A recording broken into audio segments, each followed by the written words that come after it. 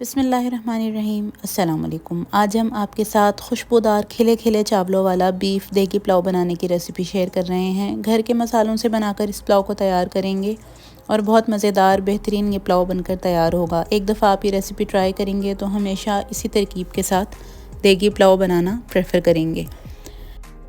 Beef देगी पुलाव बनाने के लिए मैंने यहाँ एक पतीली ली है और उसमें आधा किलो बीफ का हड्डी के साथ गोश्त शामिल किया है। अगर आप 1 किलो गोश्त से बनाना चाहते हैं तो हर चीज़ की क्वांटिटी को डबल कर दें।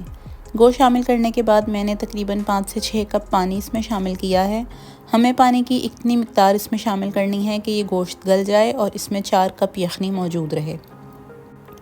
पानी को एक बॉयल आने दिया है और इसके ऊपर जो झाग आए थे वो मैंने निकाल के डिस्कार्ड कर दिए हैं। ये झाग निकाल देने के बाद हम इसमें बाकी के मसाले शामिल करेंगे, जिसमें मैंने एक दरमियाने साइज़ का प्याज लिया था, उसको स्लाइस कर लिया और 5 से 6 लहसुन के जवे लिए थे, उनको चॉप कर लिया और एक बड़े साइज़ का टुकड़ा मैंने अदरक का लिया था, वो भी चॉप करके इसमें शामिल कर दिया है।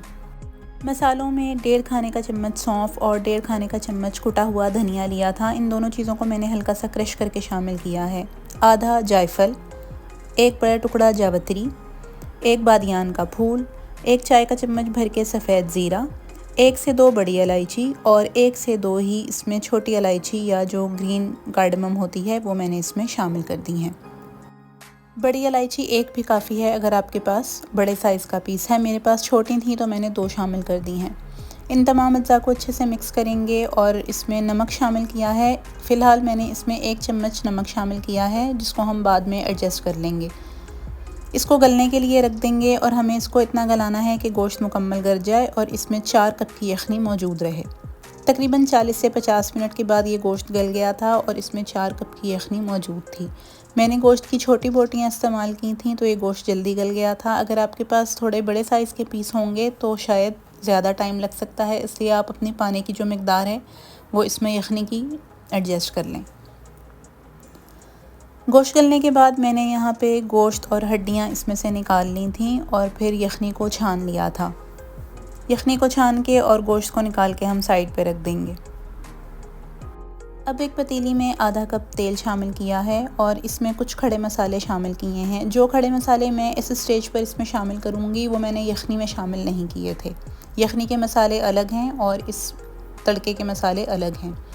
अब मैंने इसमें यहाँ पे 1 चाय का चम्मच शाह ज़ीरा, जिसको काला ज़ीरा भी कहते हैं, वो शामिल किया है। यखनी में सफ़ेद ज़ीरा शामिल किया था और यहाँ काले ज़ीरे का इस्तेमाल किया है।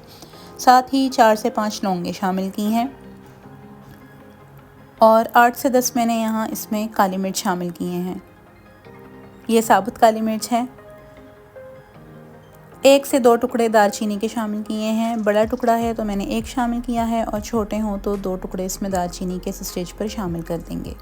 एक दरमियाने साइज़ का प्याज लिया था और उसको बारीक स्लाइस करके इसमें शामिल कर दिया है। हमें इस प्याज और इन तमाम मसालों को इतना फ्राई करना है कि अच्छा खूबसूरत गोल्डन कलर इसमें प्याज में आ जाए। प्याज को बहुत ज़्यादा हल्का भी नहीं करना और बहुत ज़्यादा डार्क ब्राउन भी नहीं करना, वरना पुलाव का जो कलर है वो ख़राब हो जाएगा। प्याज जैसे ही गोल्डन ब्राउन होगा हम इसमें थोड़ा सा पानी शामिल कर देंगे ताकि इसका कलर ख़राब ना हो और ये जले ना। अब यहाँ मैंने इसमें 1.5 खाने का चम्मच लहसुन, अदरक और हरी मिर्च का पेस्ट शामिल किया है। अब 2 दरमियाने साइज़ के टमाटर इसमें शामिल किए हैं। साथ ही 1 चाय का चम्मच नमक, 1 चाय का चम्मच लेवल करके इसमें लाल मिर्च और 1 चाय का चम्मच लेवल करके ही मैंने पिसा हुआ गरम मसाला इसमें शामिल कर दिया है। इन तमाम अज्जा को हम 5 से 6 मिनट के लिए पकने के लिए रख देंगे ताकि प्याज और टमाटर अच्छे से गल जाएं। 5 से 6 मिनट के बाद जब ये प्याज और टमाटर गल जाएंगे तो हम इसको अच्छे से भून लेंगे और मसाला तैयार हो जाएगा। ये अच्छा सा मसाला भून लेने के बाद हम इसमें जो गोश्त अलग करके हमने निकाला था यखनी से, वो गोश्त हम इसमें शामिल कर देंगे। गोश्त को अच्छे से इस मसाले में 1 से 2 मिनट के लिए हल्की आंच रखते हुए भून लेंगे और फिर जो यखनी 4 कप की हमने बचा के रखी थी छान के, वो इसमें शामिल कर देंगे। अच्छे तरीके से इसको निचोड़ के सारा रस मैंने निकाल दिया था मसालों का यखनी में से, वो यखनी इसमें शामिल कर दी है। अब हमें इसमें 1 से 2 बॉयल आने का वेट करना है और यहाँ मैंने 2 कप बासमती चावल लिए थे जिनको धोकर भिगो दिया था, वो इसमें शामिल कर दिए हैं। इन चावलों को अच्छे से इस यखनी में मिक्स करेंगे और यहाँ मैंने 1 से 2 हरी मिर्चें बीच से स्लिट करके शामिल की हैं। ये ताज़ी कुटी हुई काली मिर्च है, इससे इसका फ्लेवर बहुत अच्छा और मज़ेदार आता है। ये शामिल किया है 1 चाय का चम्मच भर के काली मिर्च और साथ ही इस स्टेज पर मैंने इसमें नमक एडजस्ट कर दिया है। नमक आप अपने टेस्ट के मुताबिक इसमें एडजस्ट कर सकते हैं। यखनी पुलाव बनाने के लिए हमेशा इस रेशो को याद रखें कि आपके पास जितनी मिकदार चावलों की है उससे डबल आपके पास यखनी या पानी की मिकदार होनी चाहिए, तो आपके चावल बिल्कुल परफेक्ट बनेंगे।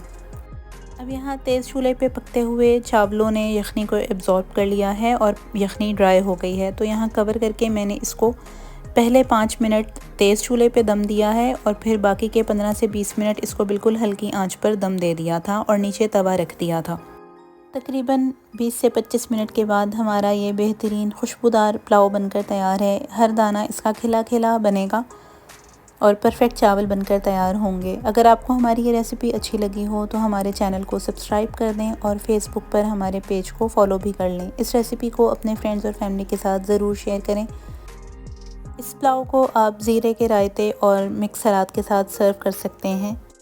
इस रेसिपी को ट्राई करें और हमें अपने फ़ीडबैक से भी आगाह करें।